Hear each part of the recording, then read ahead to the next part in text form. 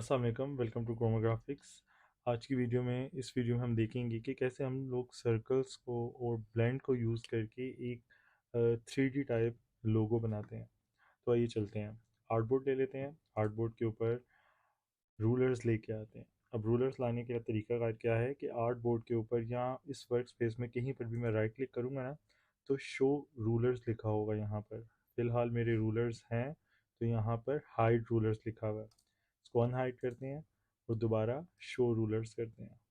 ठीक है, क्लियर है। उसके बाद चलते हैं आगे। इस रूलर पे क्लिक करके ट्रैक करके, क्लिक छोड़ना नहीं है, ट्रैक करके मैं आर्टबोर्ड के ऊपर लाता हूँ और इस वाले रूलर पे भी क्लिक करके ट्रैक करके आर्टबोर्ड पे लाता हूँ। अब अलाइन की प्रॉपर्टी यूज़ करके हम इन रूलर्स को, जो कि अब रूलर्स नहीं है, बेसिकली ये गाइड्स बन गई हैं। ठीक है, गाइड जैसे टूर गाइड होता है ना, वैसे ये हमारे डिज़ाइन की गाइड है कि मैं कैसे उनको अलाइन करूँगा आर्टबोर्ड के ऊपर। तो पहली वाली गाइड को सिलेक्ट करते हैं, अलाइन पे आते हैं और हम इसको अलाइन कर लेते हैं आर्टबोर्ड के मिडल में। इसको सिलेक्ट करते हैं, आर्टबोर्ड के सेंटर में इसको अलाइन कर देते हैं। ठीक है, अब अलाइन होगी। अब मसला क्या है कि अगर मैं इनको इनके साथ कोई शेप बनाता हूँ और शेप को ऐसे क्लिक करके सेलेक्ट करके ड्रैग करता हूँ, तो शेप के साथ साथ ये गाइड्स भी मूव होंगी। और अगर मेरी गाइड्स भी मूव हो रही हैं तो इसका मतलब है कि मैं क्या डिज़ाइन कर रहा हूँ। ठीक है, तो हम शेप को रिमूव करते हैं और आर्ट बोर्ड पर कहीं पर भी क्लिक करके, राइट क्लिक करके हम अपनी गाइड्स को लॉक कर सकते हैं।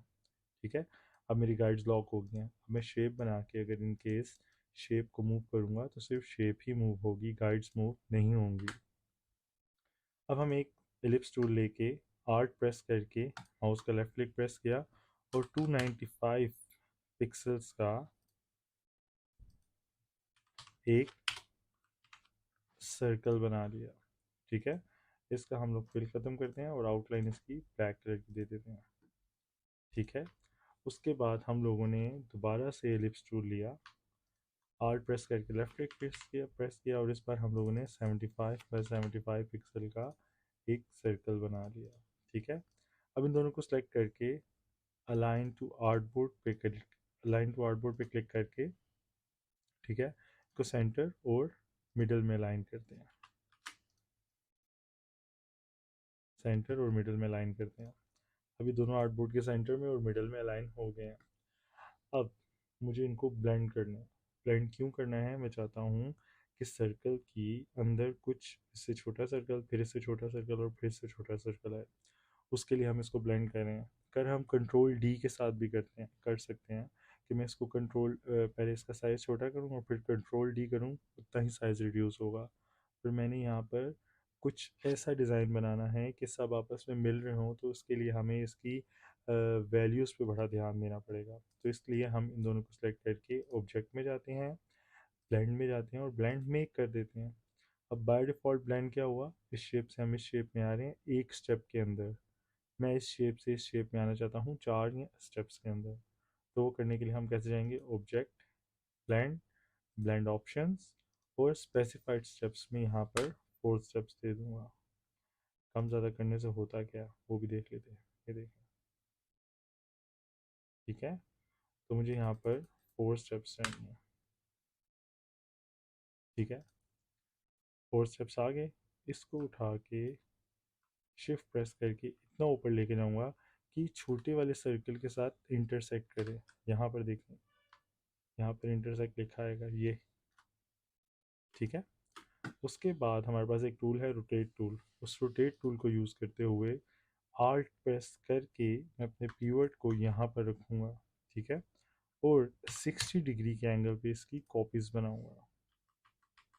अब देखिए, 4 ब्लेंड में मैंने स्टेप्स जो रखे हैं वो 4 रखे हैं और एंगल 60 डिग्री रखा है। वो इसलिए रखा है, ये देखिए यहाँ पर अगर मैं गौर करूँ तो देख रहे हैं ये आपस में ऑलमोस्ट इंटरसेक्ट हो रही हैं। इसलिए बड़ी कैलकुलेशंस के साथ मैंने यहाँ पर इसको इस तरह से किया है। अब इन सबको सेलेक्ट करते हैं। अभी ये ब्लेंड हुई हुई है, मुझे मुझे इनके ब्लेंड को तोड़ के अलग अलग शेप्स चाहिए। तो उसके लिए हम क्या करेंगे, ऑब्जेक्ट, एक्सपैंड।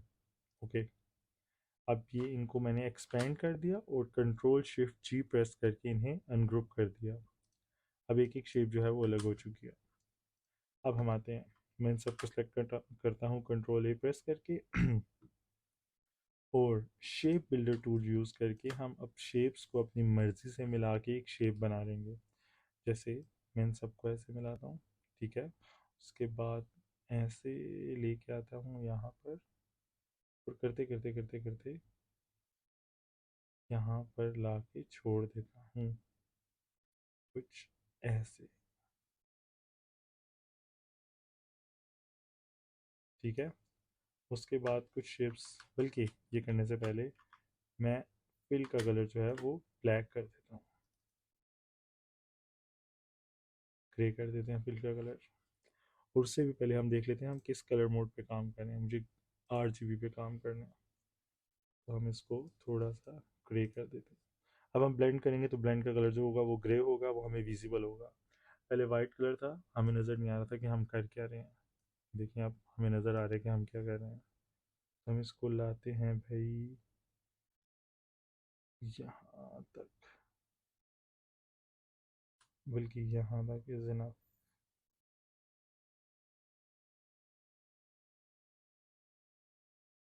ठीक है। क्लिक करके ड्रैग, छोटे छोटे पार्ट्स रह जाएंगे उनको हम ऐसे थोड़ा सा बारीकी में जाके सेट कर लेंगे। उसके बाद फिर यहाँ बाहर से सबको सेलेक्ट करते हैं और यहाँ से हम लेके जाते हैं इसको यहाँ तक।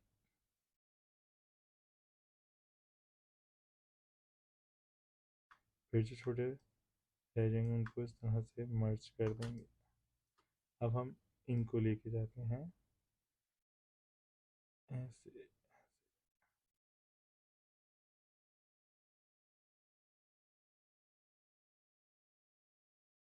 यहाँ तक, और जो फिर छोटे रह जाएंगे उनको हम ऐसे कर देंगे, ठीक है।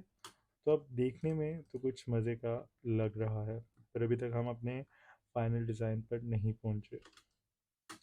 अब मैं क्या करता हूँ, मुझे चाहिए यहाँ से इन शेप्स को मिलाना है मुझे, ठीक है। तो उसके लिए मैं करता हूँ दोबारा इनको कंट्रोल ए से सिलेक्ट किया, फिल कलर को हम चेंज करते हैं ब्लैक पे, सॉरी, पहले हम ले लेते हैं शिफ्ट एम प्रेस करके शेप बिल्डर टूल और फिल कलर को अब हमने चेंज कर दिया ब्लैक पे। अब हम कुछ इस तरह से चलते हैं ऐसे, ठीक है। अभी जो सारा डिज़ाइन बन रहा है ये बन रहा है सिर्फ और सिर्फ शेप बिल्डर टूल की वजह से, ठीक है। हम इसको लेके चलें ये ऐसे और क्लिक करके कुछ ऐसे, ठीक है। इसी तरह अब हम अगर लेके चलें, सॉरी, मुझे कुछ ऐसे लेके चलना है ये ऐसे, फिर उसके बाद यहाँ से यूं और यहाँ से कुछ ऐसे, ठीक है। अब यहाँ से हमें इसको लेके चलना है यूं, फिर यहाँ से हमें लेके चलना है यूं और यहाँ से हमें लेके चलना है, सॉरी, थोड़ा सा भी इधर उधर होगा तो शेप बिल्कुल चेंज हो जाएगी, ठीक है। तो अब कुछ चीज़ जो मैं बनाना चाह रहा था, जैसे फिजेट स्पिनर नहीं होता, लाइक डेट हम कुछ बना रहे हैं, ठीक है। अब ये जो बाकी दरमियान में लाइंस है ना ये यूज़लेस है, अब इन्हें हमें ख़त्म करना है। तो हम दोबारा से इसको कंट्रोल ए पकड़ के सिलेक्ट करेंगे, शिफ्ट एम और ऑल्ट प्रेस कर लेंगे। देखिए प्लस माइनस, माइनस का मतलब क्या है, शेप सब्ट्रैक्ट हो रही हैं, प्लस का मतलब क्या है, शेप्स ऐड हो रही हैं। अब मैं ऑल्ट प्रेस करता हूँ और इनको सब्ट्रैक्ट कर देते हैं कुछ यूँ,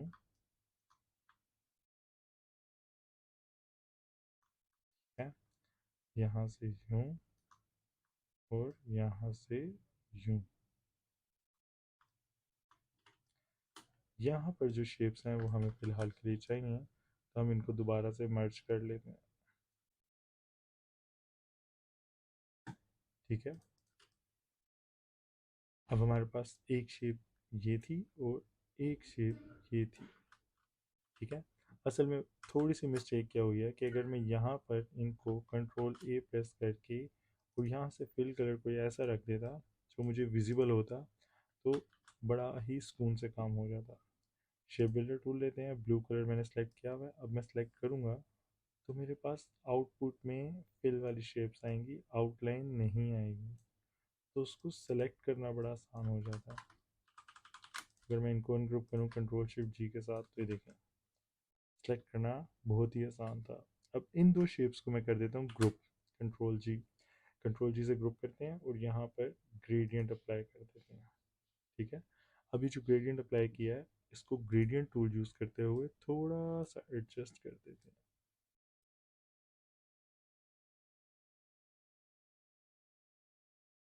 ठीक है, कुछ ऐसे सही। उसके बाद अब मैं चाहता हूँ ये वाला जो ग्रेडियंट है वो रोटेट होकर इसके साथ भी आ जाए और इसके साथ भी आ जाए। तो वो करने के लिए हम क्या करेंगे, इन दोनों को सिलेक्ट करते हैं, दोबारा से हम लोग रोटेट टूल लेंगे और उसका पीवट सेट करेंगे यहाँ पर आल्ट प्रेस करके। अब यहाँ पर अगर मैं 60 डिग्री एंगल देता हूँ तो ये रोटेट होके यहाँ पर आएगा, पर हमें ये यहाँ पर नहीं, यहाँ पर चाहिए। तो 60 + 60 इज इक्वल्स टू 120, तो हम यहाँ पर 120 डिग्री रखेंगे। कॉपी जनरेट की तो ये यहाँ पर आ गया, दोबारा कंट्रोल डी प्रेस किया तो ये यहाँ पर आ गया। ठीक है, अब बेसिकली हमने किया क्यों, हमने इसलिए किया कि हमें दूर से देखने में लगे कि ये वाली शेप जो है वो इस शेप के ऊपर है और इसका शेडो यहाँ पर पड़ रहा है, इसलिए हमने ये ग्रेडियंट बनाया और उसका रोटेट किया। अब दोबारा से हम इसी को यहाँ से ऐसे आल्ट शिफ्ट प्रेस करके इसकी कॉपी आगे लेके जाते हैं और लाइन टूल यूज़ करके जहाँ पर ये सर्कल इंटरसेक्ट कर रहा है यहाँ से शिफ्ट पकड़ के एक लाइन बना देते हैं। अब ये लाइन क्यों बनाएगा, इन दोनों को सिलेक्ट करते हैं, कंट्रोल शिफ्ट जी, शिफ्ट एम के साथ शेप बिल्डर टूल लिया और आल्ट के साथ इन दोनों को यहाँ से डिलीट कर दिया। ठीक है, अभी जो मेरी शेप बन गया हम इस लाइन को भी डिलीट कर देते हैं। अभी जो शेप बन गया है इसको हम विदाउट लाइन अगर लें तो ये कुछ ऐसी शेप है। ठीक है, हम यहाँ पर इसको वापस लेके जाते हैं और ग्रेडियंट विंडो और ग्रेडियंट में जाके हम अपना ग्रेडियंट जो है वो फ्लिप कर देते हैं, रिवर्स। ठीक है, इसको हम कहते हैं हमने ग्रेडियंट रिवर्स कर दिया। अब ग्रेडियंट रिवर्स करते ही सॉरी, हमने इस पे काम करना है। ठीक है, हमने फिल पे काम करना था, वहाँ से आउटलाइन सेलेक्ट थी, इस वजह से हम लोग काम सही तरह नहीं कर पाए। इसको फ्लिप किया तो ग्रेडियंट फ्लिप हो गया। अब ग्रेडियंट को हमें सिर्फ हल्का सा एडजस्ट करना है।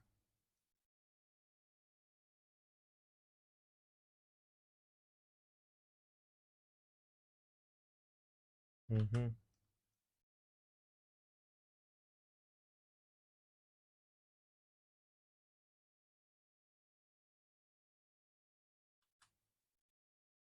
अब ये यहाँ पर आ गया।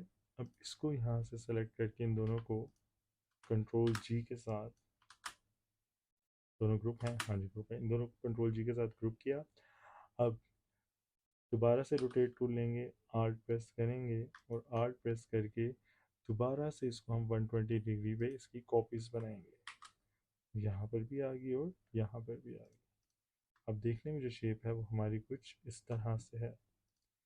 इसकी इसकी और इसकी हमें कोई स्ट्रोक नहीं चाहिए। ठीक है, बल्कि किसी की भी हमें कोई स्ट्रोक चाहिए ही नहीं।